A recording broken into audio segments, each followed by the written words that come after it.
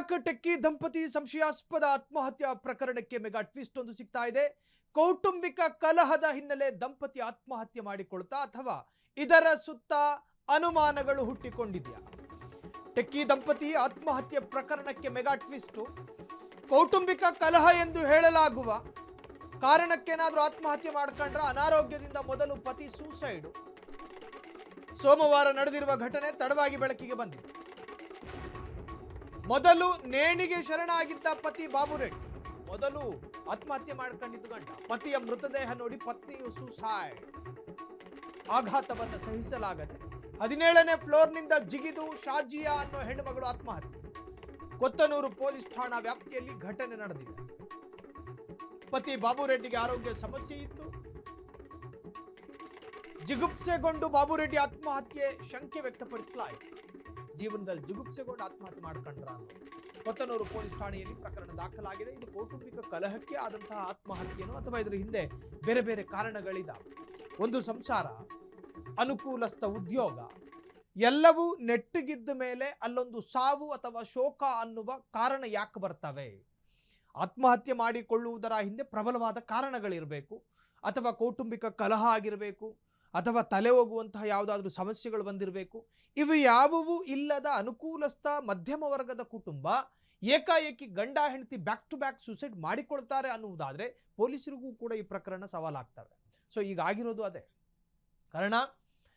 ಹೆಂಡತಿ ಗಂಡನ ಸಾವನ್ನ ಸಹಿಸಿಕೊಳ್ಳಲಾಗದೆ ಹೆಂಡತಿಯು ಕೂಡ ಆತ್ಮಹತ್ಯೆ, ಅದು ಕೂಡ ಅಂತಸ್ತಿನ ಕಟ್ಟಡದಲ್ಲಿ ಜಿಗಿದು ಆತ್ಮಹತ್ಯೆ ಮಾಡಿಕೊಳ್ತಾರೆ. ಪೊಲೀಸರು ಈಗಾಗಲೇ ಪ್ರಾಥಮಿಕ ತನಿಖೆಯನ್ನು ಕೂಡ ಶುರು ಹಚ್ಕೊಂಡಿರುವಂತಹದ್ದು. ಸತ್ಯಾಸತ್ಯತೆಗಳು ಗೊತ್ತಾಗಬೇಕಾಗಿದೆ.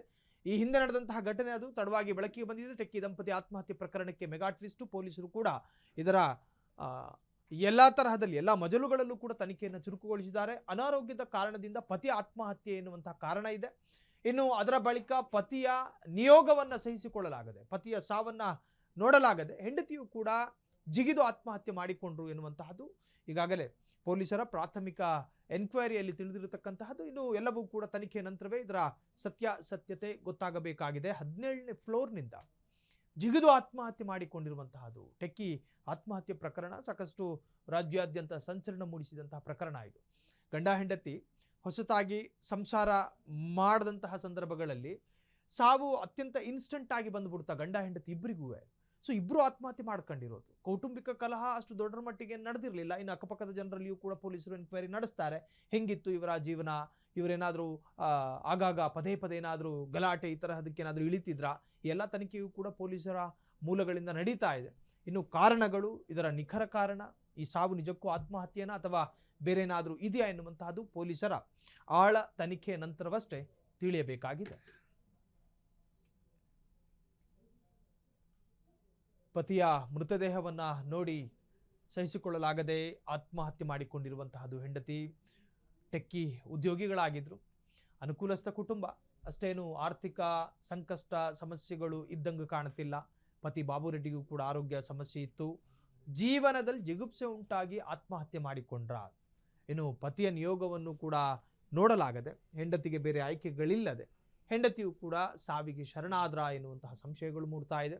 ಜೊತೆಗೆ ಈ ಕುಟುಂಬವನ್ನು ಬಲ್ಲಂತಹ ವ್ಯಕ್ತಿಗಳು ಈ ಸಾವು ಆತ್ಮಹತ್ಯೆ ಮಾಡಿಕೊಳ್ಳುವಂತಹ ಸಮಸ್ಯೆ ಆಗಿರಲಿಲ್ಲ. ಈ ಕುಟುಂಬ ಆತ್ಮಹತ್ಯೆಗೆ ಶರಣಾಗುವಂಥ ಕುಟುಂಬ ಅಲ್ಲ, ಅಷ್ಟೊಂದು ದುರ್ಬಲ ಮನಸ್ಥಿತಿಯು ಇವರಲ್ಲಿ ಇರಲಿಲ್ಲ.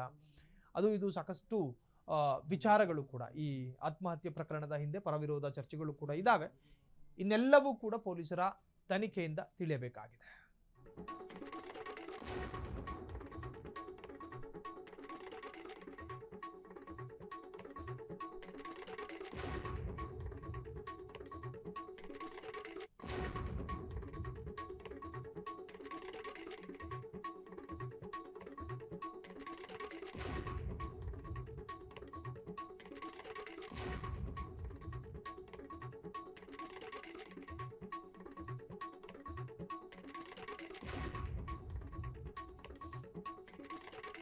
ಕ್ಷಣ ಕ್ಷಣದ ಸುದ್ದಿಗಳಿಗಾಗಿ ಫ್ರೀಡಂ ಟಿವಿ ಸಬ್ಸ್ಕ್ರೈಬ್ ಮಾಡಿ, ಲೈಕ್ ಮಾಡಿ ಹಾಗೂ ಫಾಲೋ ಮಾಡಿ.